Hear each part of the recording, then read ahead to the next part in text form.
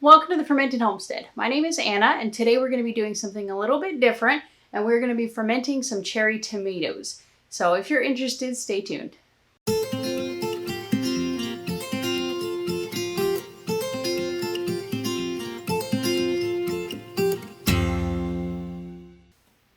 So I have these two different types of cherry tomatoes. I have this one that I just bought today at the co-op, and these ones are the Sun Gold cherry tomatoes. And then I have this basket of cherry tomatoes, all different kinds. There's three different types. This one's a grape tomato, and then a little red one, and a little yellow one. I don't know what any of these ones are. I'm pretty sure that this is a kind that my dad gave me. I don't know. We didn't actually plant it.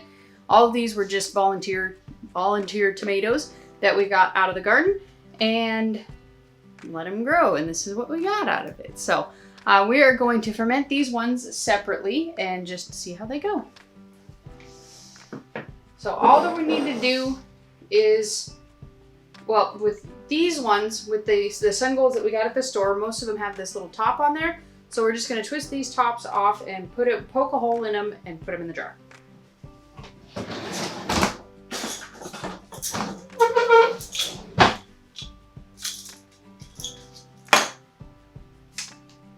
And what you want to do, I guess, is you want to just poke a hole all the way through and put them in the jar. And that's to let the brine get through into the actual tomato.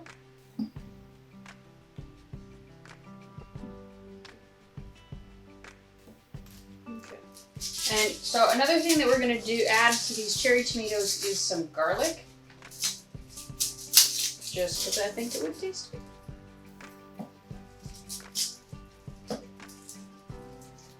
I'm not going to cut them up very finely because I don't have any cabbage or anything to put on top. So I'm just going to cut the pieces larger so I hopefully don't have to worry about them floating. So we're just going to put them in every once in a while.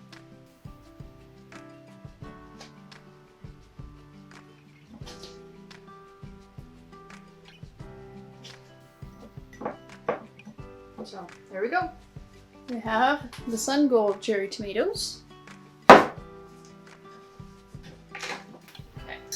And then with these ones that I got from my garden, we're going to do the same thing with them, but I'm going to go ahead and use this Fido style jar.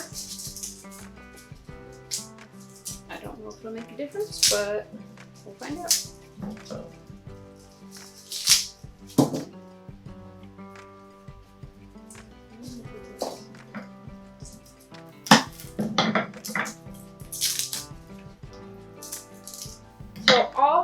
Pretty much most of these ones that I picked from home, for the most part, have all cracked when I picked them. So if they're cracked, I'm not going to bother poking them. If they aren't cracked, I'll poke them.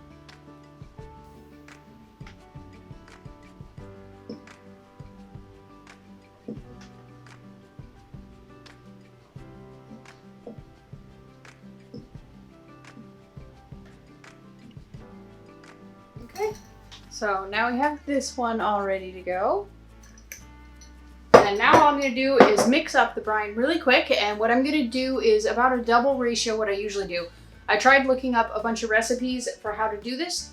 There's not a tremendous amount of them out there, and they were all kind of different. And so I'm just going to go ahead and go with one of them that said about a 5% brine solution, which is going to be 4 tablespoons of salt per quart of water. So we're going to go ahead and mix that up and then just pour it over the top.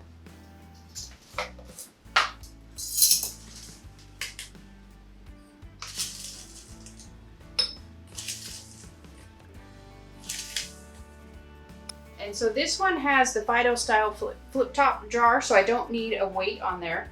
And then this one I do. So I'm going to put the weight on there, a little pickle pipe.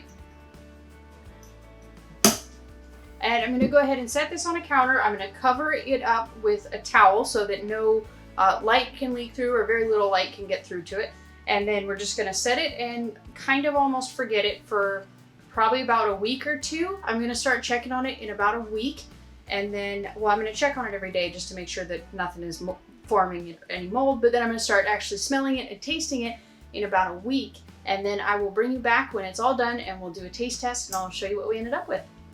So it's been about 6 days since we left our tomatoes to ferment on the counter. And it looks like, I mean, they lost, you can see these are the orange ones. Sun gold, these are the sun gold ones.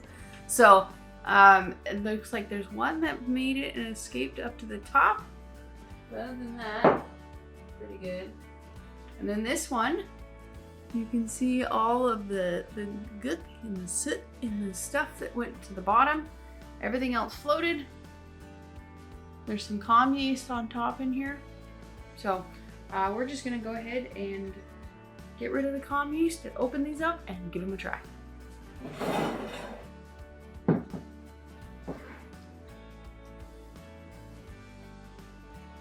smells kind of alcohol-y.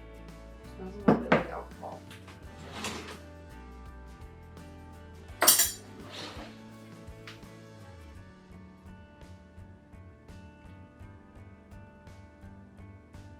It's pretty active sounding.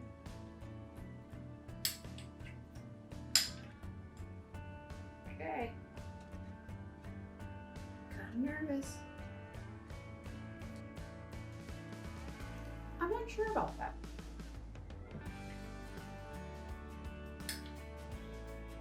Let's try another one. Yep, that's really good. It's got such a different, unique taste to it. It takes a second to even figure out if you like it. It's like a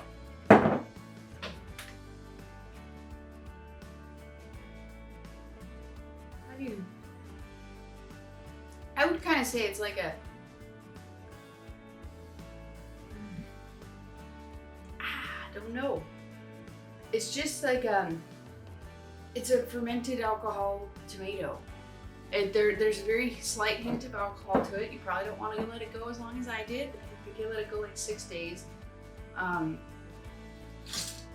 I'm in the middle of moving and I just didn't have time and forgot all about it. So stuff happens. I'm gonna get this one on top here. See if I can get rid of some of this yeast.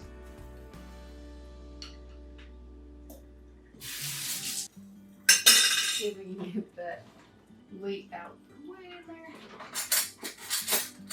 Let's go. Oh, you can see all the bubbles. Just tapping on it. Very active.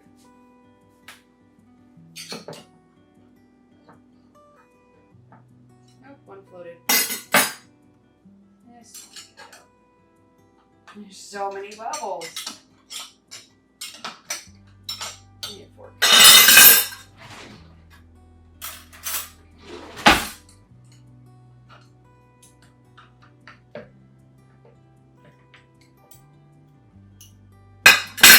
So these ones are just like flat and shapeless almost. I think because of the weight that was on them.